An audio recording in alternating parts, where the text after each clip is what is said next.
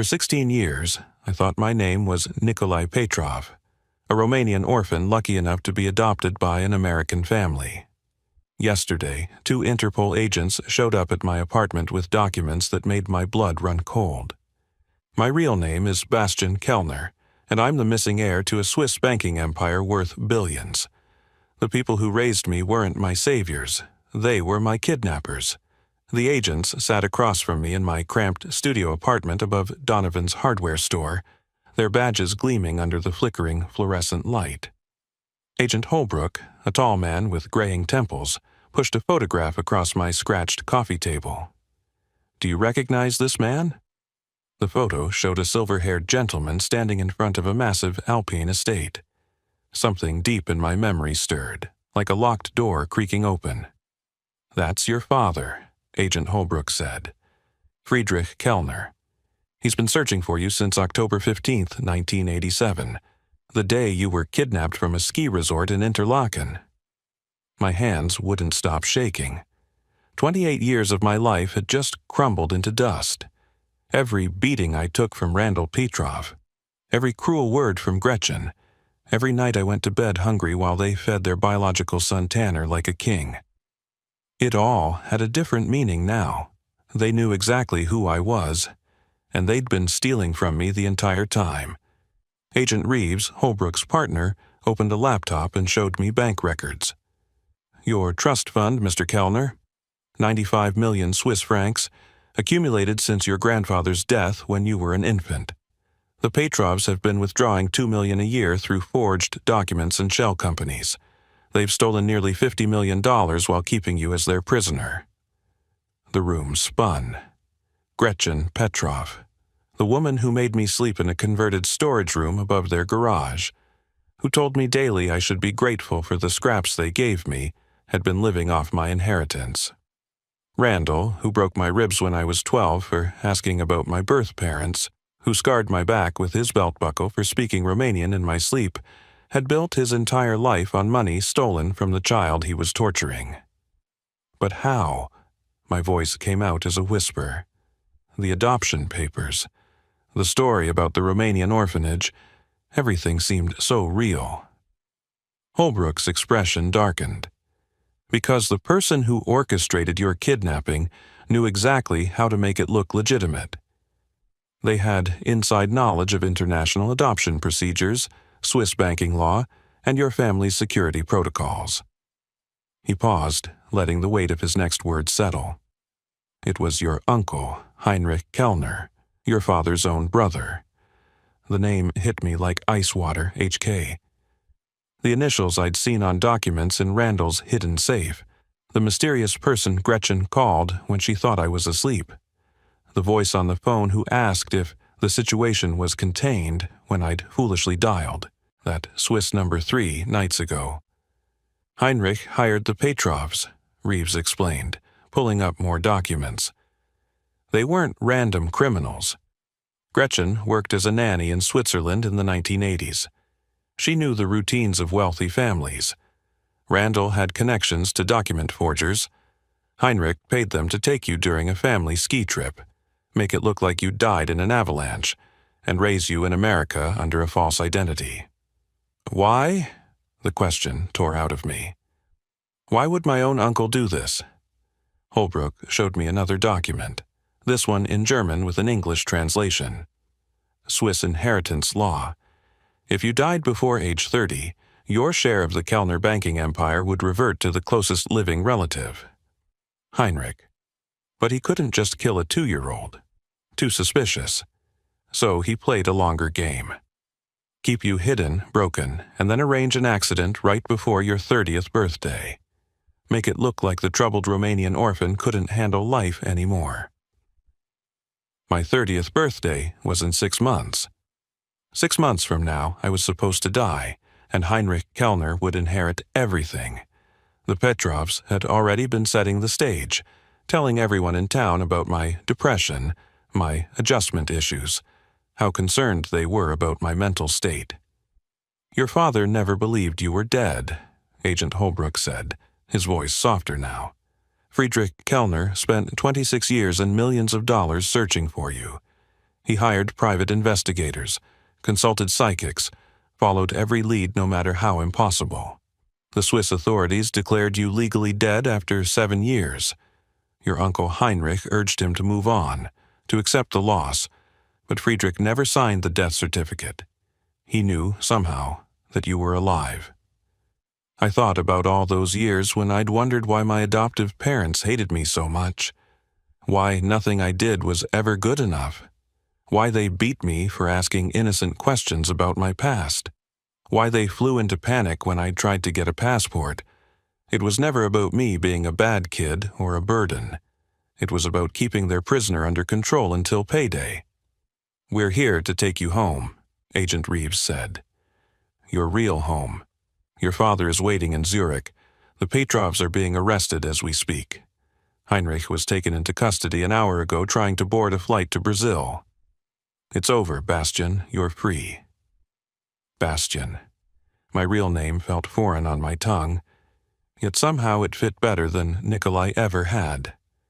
For the first time in my memory, I wasn't the unwanted orphan who should be grateful for scraps. I was someone who had been loved, searched for, mourned, and never forgotten. I was Bastian Kellner, and I was going home. Life in the Petrov household in rural Nebraska was built on 3 rules: obey without question, never speak about Romania, and be grateful for the roof over my head. Every morning began the same way. Gretchen would bang on my door at 5 a.m. sharp, her fist hitting the thin wood like a judge's gavel announcing my daily sentence. "Nikolai, get up! You think food appears on this table by magic?" The storage room above the garage that served as my bedroom was 8 feet by 10 feet. In winter, ice formed on the inside of the single window. In summer, the metal roof turned it into an oven. I had a camping cot from a garage sale, 2 changes of clothes, and a blanket that Gretchen reminded me came from her personal charity. The biological son, Tanner, had a suite in the main house with its own bathroom, gaming setup, and mini fridge stocked weekly. I wasn't allowed to enter his room without permission. My days followed a rigid pattern. After Gretchen's wake-up call, I had 15 minutes to wash up in the garage's utility sink with cold water. Breakfast was whatever leftovers remained from the family's dinner the night before. If Tanner had been extra hungry, I got plain toast. Randall would already be at the kitchen table, reading his newspaper, pretending I didn't exist unless I made too much noise. Then his hand would shoot out, grabbing my wrist hard enough to leave marks. "You sound like a damn elephant. Were you raised in a barn in Romania?" I worked at Donovan's hardware store downtown, a job Randall had arranged when I turned 16. "You're lucky Walt Donovan owed me a favor," he'd said. "Otherwise, who'd hire a Romanian orphan with no real skills?" My entire paycheck went directly to the Petrovs.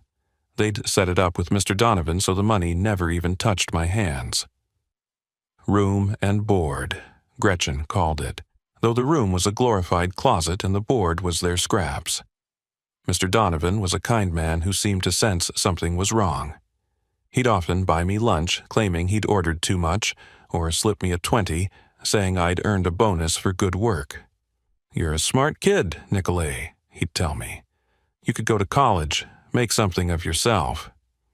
But when I'd mentioned community college once at dinner, Randall had dragged me to the garage and whipped me with his belt until I couldn't sit properly for a week. "College? You can barely speak proper English with that Romanian brain of yours." The truth was, I spoke perfect English. Sometimes I wondered about that. If I'd really spent my first 5 years in a Romanian orphanage, wouldn't I have an accent? Wouldn't I remember more Romanian than the few phrases that came to me in dreams? But asking questions led to pain, so I learned to swallow my doubts. The scars on my body told the story of every curiosity I'd ever had. The iron cord mark wrapped around my left forearm from when I was 7, punishment for asking if I had any brothers or sisters in Romania.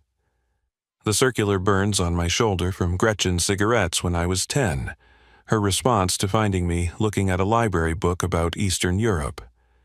The deep scar across my lower back from Randall's belt buckle when I was 14, the day I'd made the mistake of asking why there were no photos of me before age 6. "You came to us with nothing but parasites and bad blood," Gretchen would say during her daily reminders of my worthlessness. "We civilized you. We gave you American values. We saved you from dying in some communist hellhole." She had a way of speaking that made cruelty sound like kindness, abuse sound like salvation. Tanner, 5 years older than me, had been raised to see me as something between a servant and a cautionary tale. When his friends came over, he'd introduce me as the charity case my parents took in. He went to Yale on what his parents called hard-earned savings, while I was told there was no money for me to even take a GED prep course.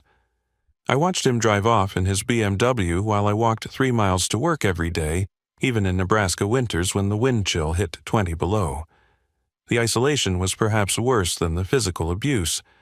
I had no friends because I wasn't allowed to socialize after work. No phone because Gretchen said I might get ideas. No internet access because Randall claimed I'd probably use it to commit crimes, like all Eastern Europeans. The only human kindness I knew came from Mr. Donovan and Mrs. Brennan at the post office, who always asked how I was doing with genuine concern in her eyes. But there were cracks in the story they'd built around me. Sometimes, late at night, I'd hear Randall on the phone speaking what sounded like German, not English. Once, I'd seen Gretchen burning papers in the backyard, photographs that looked like they'd been taken in mountains much grander than anything in Romania. And there was the dream I'd had since childhood. A woman with golden hair singing to me in a language that wasn't Romanian, wasn't English, but felt like home. Everything started unraveling 3 weeks ago when I tried to get a passport. The idea had been simple enough.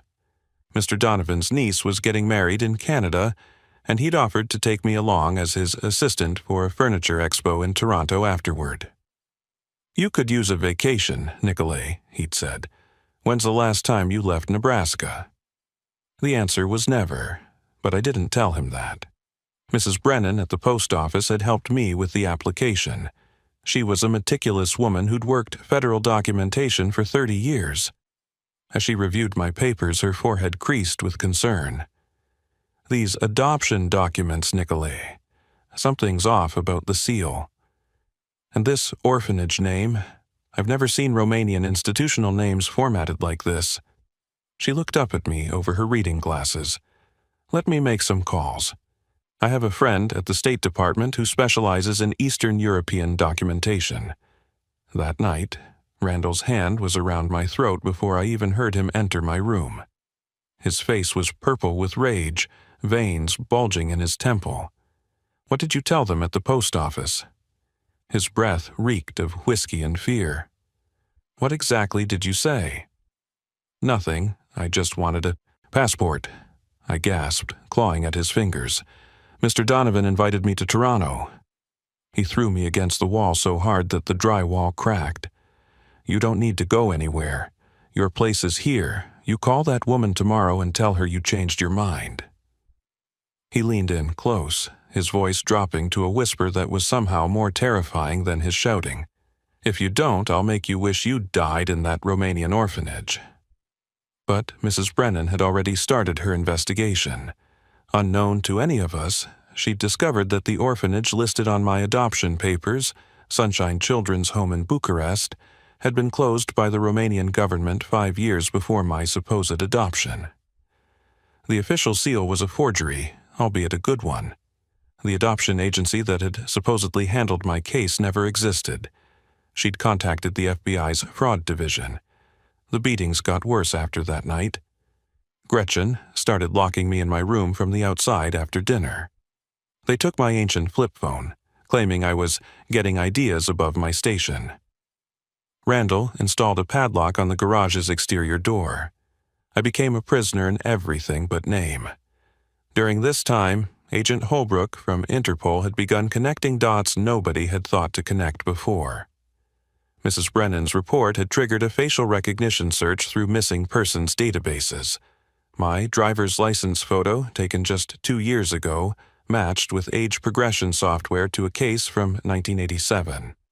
A 2-year-old boy named Bastian Kellner, kidnapped from an exclusive ski resort in Interlaken, Switzerland. The boy's father, Friedrich Kellner, owned the largest private bank in Switzerland and had never stopped searching for his son. Meanwhile, the Petrovs grew increasingly paranoid. Through my window, I watched Randall burning boxes of documents in a metal drum in the backyard. 20 years of papers went up in flames while Gretchen stood guard, checking the street for unfamiliar cars. I heard her making frantic phone calls, speaking in code that made no sense to me then. The arrangement is over. We need extraction now. The package is becoming unstable. One night, she forgot to lock my door properly. I crept downstairs and heard her on the phone in the kitchen. He knows nothing, but they're getting close. Heinrich needs to move up the timeline. We can't wait until his birthday. Then she said something that made my blood freeze. Just make it look like a suicide. The kid's depressed enough that everyone will believe it. The next evening, Tanner got drunk on expensive scotch, the kind his parents kept locked in Randall's office. He stumbled into the garage where I was cleaning tools, a requirement Randall had added to my daily humiliations. Must be nice being worth 95 million while playing poor orphan, he slurred, laughing at his own joke. What are you talking about? I set down the wrench I'd been polishing. His eyes widened as he realized his mistake, then narrowed with the cruel pleasure of knowing something I didn't. You really don't know? Oh, this is perfect. Mom and Dad have been withdrawing from your trust fund for 26 years. $2 million a year, like clockwork. Who do you think paid for my Yale education? This house? The cars? Everything we have is because of your money, you pathetic fool. The world tilted. You're lying. Why would I lie when the truth is so much better? He pulled out his phone, showing me a screenshot he'd taken of his mother's computer, a Swiss bank statement in the name of Bastian Kellner Trust, showing a balance that made my knees weak. In 6 months, when you turn 30, the whole thing transfers to your name. Or it would, if you were going to live that long. That's when I understood I wasn't just a prisoner. I was a resource being harvested, and my expiration date was already set. That night, after Tanner's drunken revelation, I made my choice. The house was silent by 2 a.m., Randall's snoring echoing from the master bedroom. I used a butter knife I'd hidden weeks earlier to jimmy the lock on my door, a skill learned from years of captivity. The hallway floorboards knew my weight by now. I'd memorized which ones creaked during my few permitted trips to the bathroom. Randall's office was forbidden territory, protected by a deadbolt that he checked obsessively. But Tanner's alcohol binge had made him sloppy. The door stood slightly ajar, his father's keys still dangling from the lock. I slipped inside, my heart hammering so loudly I was certain it would wake the entire house. The room reeked of cigar smoke and the kind of aggressive cologne that men like Randall used to announce their presence. His desk was solid mahogany, purchased, I now knew, with my money. The drawers were locked, but the same butter knife that freed me from my room worked here too. In the bottom drawer, behind hanging files labeled with fake business names, I found a hidden compartment. Inside lay my entire stolen life, documented in meticulous detail. Swiss bank statements going back decades, each showing systematic withdrawals of exactly 2 million francs, converted to dollars. The account name read, Bastian Friedrich Kellner Trust. My hands shook as I recognized my real name, the one that had been stolen along with everything else. There were photographs, dozens of them, wrapped in plastic as if they were toxic to touch. A laughing toddler with blonde hair standing between a distinguished man and a beautiful woman in front of a mansion that looked like something from a fairy tale. The boy wore a small blue coat with silver buttons. I still had nightmares about those buttons, though I'd never understood why until now. A letter in German, yellowed with age, bore a Swiss law firm's letterhead. I couldn't read it all, but I recognized enough cognates to understand its purpose. Custody transfer, permanent guardian, tragic death, and at the bottom, a signature, Heinrich Kellner. Below it, another document in English, instructions for the Petrovs. The boy must never know his origins. Raise him humble, broken if necessary. Monthly reports required. When he reaches age 30, the full inheritance transfers. After that, the arrangement ends. Permanent solution authorized. My stomach churned at that final phrase. Permanent solution. They were going to kill me in 6 months. Probably make it look like the troubled Romanian orphan finally succumbed to depression. Everyone in town would believe it. Gretchen had spent years laying the groundwork, telling anyone who'd listen about my mental health issues and adjustment problems. I found more evidence. Forged medical records claiming I had severe behavioral disorders, fake psychiatric evaluations recommending against higher education, even a draft suicide note in what looked like my handwriting but wasn't. They'd been practicing my signature, preparing for my death. Using Randall's ancient desktop computer, I photographed everything with a digital camera I found in his drawer, probably used to document their investment for Heinrich. The computer was logged into his email, and there I found correspondence going back years, all in code names but clearly about me. The package remained stable.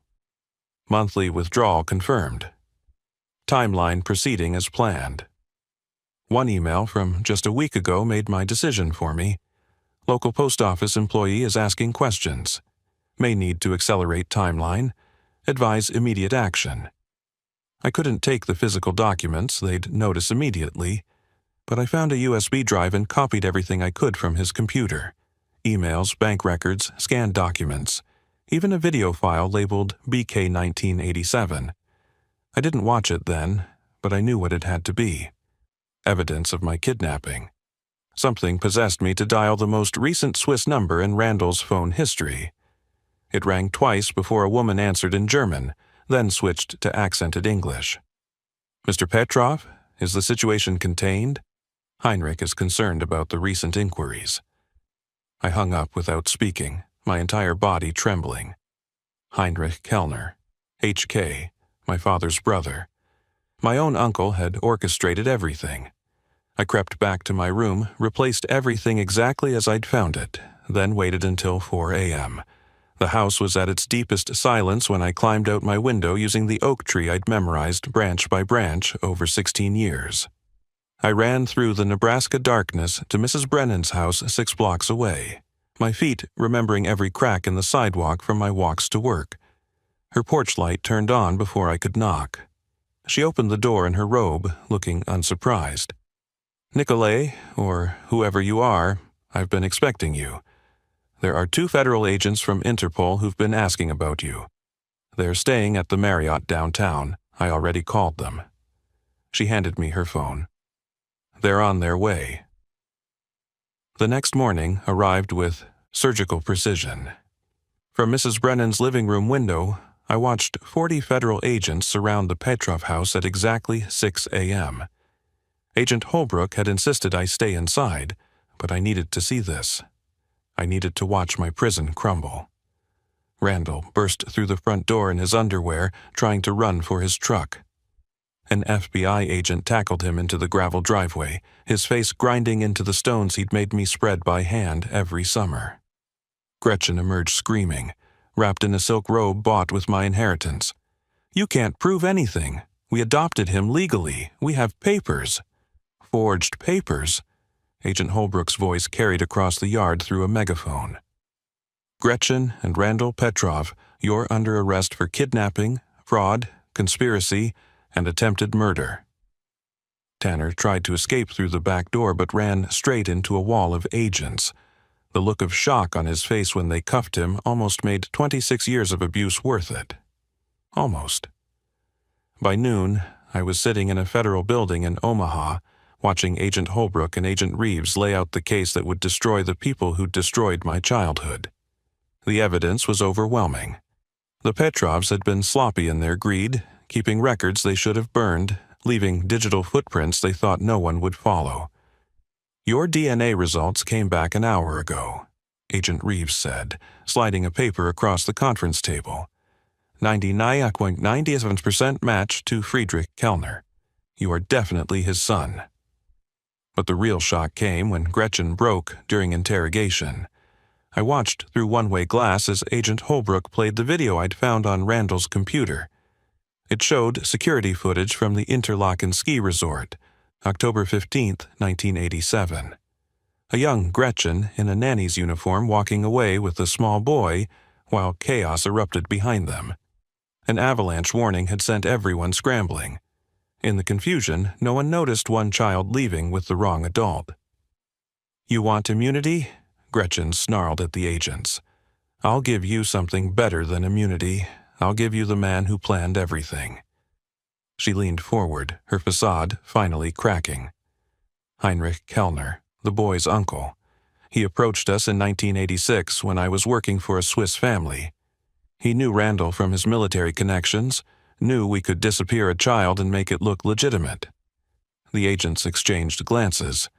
"Continue." "Heinrich paid us $50,000 up front, promised $2 million a year from the boy's own trust fund. He had all the inside information, knew exactly when the family would be at that resort, knew the avalanche warnings would provide cover.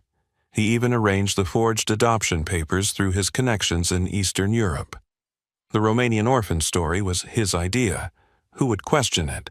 The Iron Curtain was still up. Records were impossible to verify. Why would he kidnap his own nephew? Holbrook pressed. Gretchen laughed, bitter and sharp. Money, power, everything.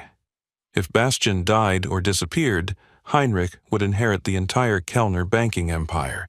But killing a toddler would raise suspicions. So he played the long game. Hide the boy until Swiss inheritance law kicked in at 30, then eliminate him. Make it look like a suicide. No one would question the death of a troubled Romanian orphan with a history of mental health issues. She revealed more. Heinrich had been embezzling from the family bank for decades, using my supposed death to cover his tracks. He'd created shell companies, phantom investments, all protected by his grieving brother's trust.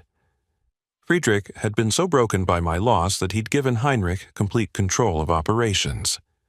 He visited once, Gretchen added, almost casually, when the boy was 10, wanted to make sure we were breaking him properly, stood in the doorway watching Randall beat him with a belt and smiled, said it was perfect. I ran to the bathroom and vomited. My own uncle had watched me being tortured and approved. The video call with my real father happened 3 hours later. Friedrich Kellner appeared on the screen and my breath caught. His eyes were exactly like mine, or rather, mine were like his. When he saw my face, tears streamed down his weathered cheeks. "Mein Sohn," he whispered. "My son, I knew you were alive, a father's heart knows." He switched to accented English. "Every night I looked at the mountains and told them to keep you safe. They listened." Behind him stood Swiss authorities. Heinrich Kellner had been arrested at Zurich airport with a briefcase containing 2 fake passports and 10 million in bearer bonds, all stolen from the family bank. He'd been trying to flee to Brazil, where extradition would be difficult. "Your uncle confessed everything," Friedrich said, his voice breaking. "My own brother. He comforted me for 26 years while knowing exactly where you were. He held my hand at your mother's funeral, knowing she died of a broken heart, believing you were gone." 2 weeks later, I stood in front of the Kellner estate in Interlaken, Switzerland. The mountains I'd dreamed about for 26 years were real, exactly as my child's mind had preserved them. The Swiss Alps rose like guardians around the property, their snow-capped peaks catching the morning sun in ways that made my chest ache with recovered memory. Friedrich walked beside me through halls lined with photographs documenting a life stolen from me. Baby pictures, first steps, a second birthday party with a cake shaped like a train. He stopped at a door on the 2nd floor, his hand trembling on the handle. "I couldn't change anything," he said quietly. "Your mother insisted we keep it ready for when you came home." The room was a time capsule. A small bed with blue sheets, toys from the 1980s arranged on shelves, books in Swiss German waiting to be read. On the nightstand sat a silver-framed photo of a woman with golden hair holding a laughing toddler. My mother, Helena, who died believing I'd return. She played violin, Friedrich said, picking up a small instrument from the corner. You would sit for hours listening to her practice. Your first word wasn't mama or papa, it was music. He handed me the violin. She would want you to have it. The adjustment wasn't easy. I spoke broken German that returned in unexpected waves, surprising myself when I'd suddenly understand entire conversations. I still flinched when Friedrich moved too quickly, still woke at 5 a.m. expecting Gretchen's harsh voice. The trauma didn't disappear just because the truth emerged. Friedrich never pushed. You have been strong alone for so long, he said during one of our mountain walks. Now let me be strong for you. We have time. The trial made international headlines. A Swiss banking heir found after 26 years of captivity. Uncle orchestrates decades-long kidnapping for fortune. American couple raised kidnapped billionaire's son in Nebraska. The media attention was overwhelming, but Friedrich shielded me from most of it. Heinrich's arrest exposed a network of corruption that reached into the highest levels of Swiss banking. He'd stolen over $400 million during my absence, using my death to hide his crimes. 7 other families came forward with similar stories. Children who disappeared under mysterious circumstances when inheritance laws favored their removal. Only 3 were found alive. The Petrovs faced life sentences. During sentencing, Randall tried to claim they'd given me a good life, that I should be grateful. The judge's response was swift and harsh. You tortured a child for money. You conspired to murder him for profit. There is no gratitude owed to kidnappers and would-be killers. Tanner got 15 years after agreeing to testify against his parents. His testimony revealed they'd been planning my death for months, researching suicide methods, practicing my handwriting, even purchasing the drugs they planned to use. They would have staged it to look like I'd overdosed on pills stolen from Gretchen's medicine cabinet, leaving behind a note about how I couldn't handle the disappointment of being a worthless orphan. Mr. Donovan called last month. I knew something was wrong, he said, his voice thick with emotion. No kid should flinch like that when someone raises their hand to scratch their head. I called child services twice, but the Petrovs always had explanations. Medical records saying you had behavioral issues. I should have pushed harder. I'm sorry. I told him he had nothing to apologize for. His small kindnesses had kept me alive when I wanted to give up. Those $20 bills he slipped me, the extra lunches, the gentle encouragement that I was worth something. He'd been my only source of human warmth in a frozen world. The $95 million trust fund was restored to me, but money feels meaningless compared to what I really gained. My name, Bastian Kellner, which I now wear with pride. My history, not as an unwanted orphan, but as a beloved son whose father never stopped searching. My father himself, who shows me photo albums of my mother, teaches me about the banking business that will one day be mine, and tells me stories of the 2 years we had together before Heinrich stole everything.